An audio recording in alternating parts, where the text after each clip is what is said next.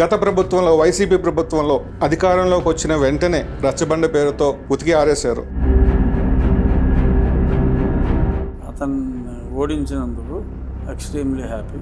My target was that one. క్యాబినెట్లో మీ పేరు ఉంటుందని ప్రజలు మీ అభిమానులు కూడా ఆశించారు.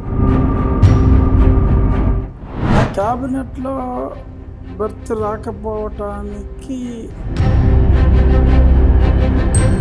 అంటే ఒకప్పుడు ఐఏఎస్ అధికారులు అంటే చాలా గౌరవం మర్యాదలు ప్రజల్లో ఉండేవి.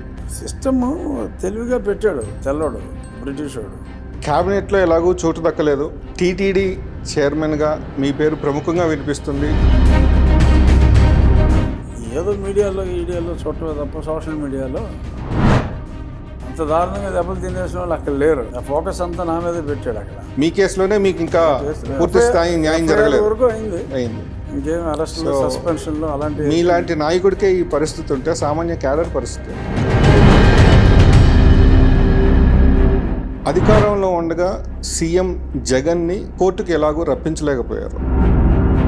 అది దానికి ఎలాంటి బాధ్యతలు మీరు ఆశిస్తున్నారు పార్టీ నుంచి?